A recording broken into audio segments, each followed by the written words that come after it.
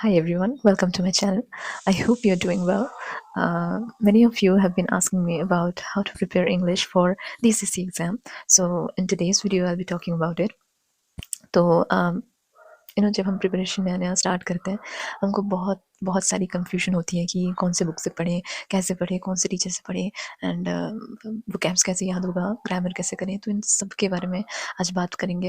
And बहुत सारे aspirant ऐसे भी होते हैं कि एक जगह पे जाके उनका मार्क्स स्टक हो जाता है, तो इम्प्रूव नहीं हो पाता है, फिर कंप्रीहेंशन में दिक्कत आती है एंड 120 रूल्स, हाँ, वो भी कब पढ़ना चाहिए, कब नहीं पढ़ना चाहिए, प्रैक्टिस कैसे करना चाहिए, मॉक कैसे देना चाहिए, सब के बारे में बात करेंगे आज इस वीडियो में।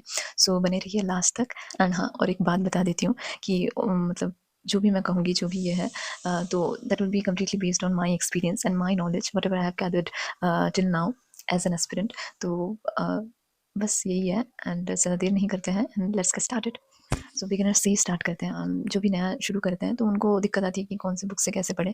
सो दो टाइप के बिगिनर होते हैं एक्चुअली, जो कि एक है जिनका बेसिक क्लियर नहीं है एंड उनको कोई टीचर के मदद से उनको पढ़ना पसंद है, तो कोई भी एक टीचर आप लोग चूज़ कर सकते हैं। मतलब इंटरनेट पे, मतलब यूट्यूब में बहुत सारे टीचर्स अवेलेबल है, तो किसी भी एक टीचर को आप फॉलो कर सकते हैं।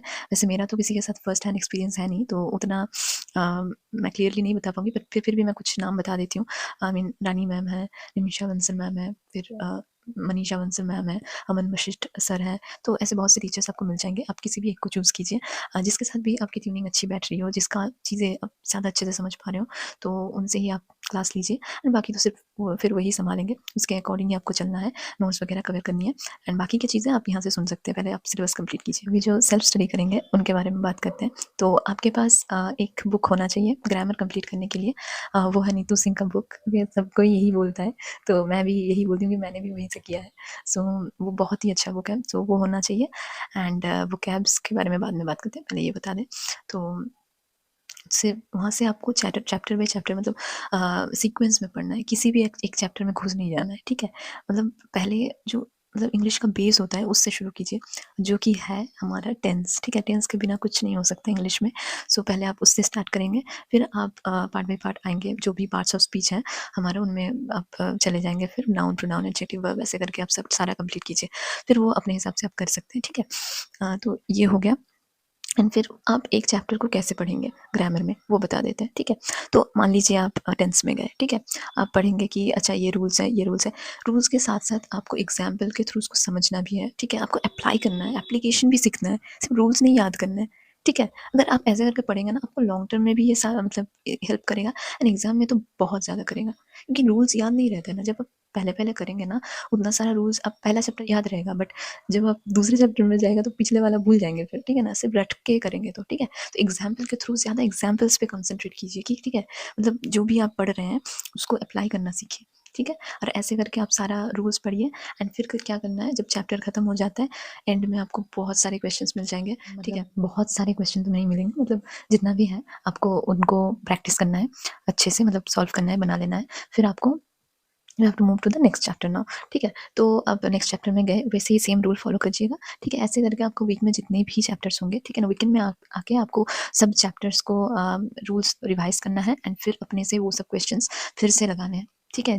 तो ये चीज़ आपको करनी होगी, ठीक है? थोड़ा सा ये है, चाप हो जाएगा वीकेंड में, बट आपको ये करनी है, फिर याद रहेंगे अच्छे से, ठीक है? तो ऐसे करके आप चैप्टर्स कंप्लीट करिए पहले एंड जहाँ तक कि मॉक की बात है, ठीक है? तो मॉक या फिर सेक्शनल टेस्ट, तो मिक्स्ड क्वेश्चन देखिए अभी नहीं स्टार्ट कीजिए, क्योंकि अभी आपको ज़्यादा पता नहीं है, ठीक है? अभी अगर मतलब ज़्यादा करने जाएँगे ना मिक्स्ड क्वेश्चन, तो आप डर जाएँगे, एक तो आपसे चीज़ें सॉल्व नहीं होंगी, तो बेकार, ज़रूरत नहीं है उस सब चीज़ की। जो भी चैप्टर्स आप कर रहे हैं उस पे कॉन्संट्रेट कीजिए एंड उन सब चैप्टर्स का मिक्स्ड क्वेश्चन कर सकते हैं, ठीक है ना? मान लीजिए कि आप नाउन, प्रोनाउन, एडजेक्टिव ये तीनों कंप्लीट कर लें, तो अगर कहीं पे मिले, ठीक है ना?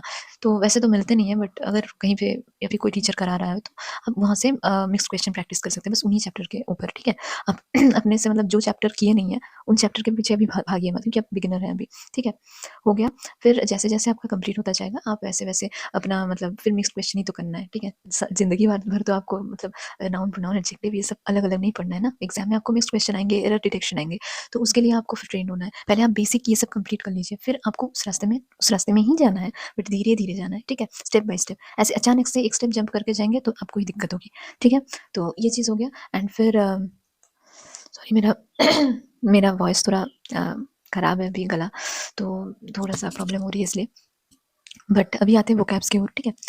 तो वोकैब्स में बहुत दिक्कत आती है कि याद ही नहीं रहते हमको वोकैब्स। तो देखो एज़ सच कोई ट्रिक तो यहाँ पे नहीं है, मैं नहीं बता सकती कि सबको दिक्कत होती है, मुझको भी दिक्कत हुई थी।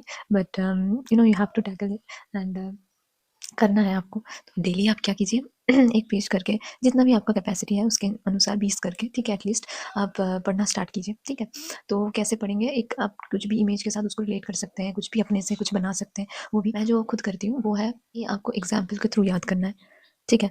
मतलब मान लीजिए कोई वर्ड आ गया, ठीक है? मान लीजिए कि ब्यूटीफुल आ गया, तो मैं ब्यूटीफुल को हर एक सेंटेंस में आपको जितना भी आते हैं, ठीक है ना, कि this flower is beautiful, this scenery is beautiful, ऐसे करके आपको मतलब करने का मतलब आपको अप्लाई करना सीखना है, ठीक है? जितना अप्लाई करेंगे वर्ड्स को उतना वो याद रहेंगे, ठीक है? क्योंकि वो तो बोला था, तो ऐसे करके आपको याद करना है, ठीक है? ये मेरा तरीका है, आप अपना तरीका बना सकते हैं। और एक चीज़ है रिटेंशन के लिए, तो आपको रिविजन से ज़्यादा हेल्पफुल कुछ और चीज़ है नहीं। आपको हर दिन जैसे ही आप दूसरे दिन का स्टार्ट करने जाएँगे, पहले वाला आपको रिवाइज़ करना है, फिर जाना है, ठीक है? वैसे वीकेंड्स आएगा, वीकेंड्स में आपको जो भी आपने पूरा वीक में किया था, आपको वो पूरा रिवाइज़ करना है।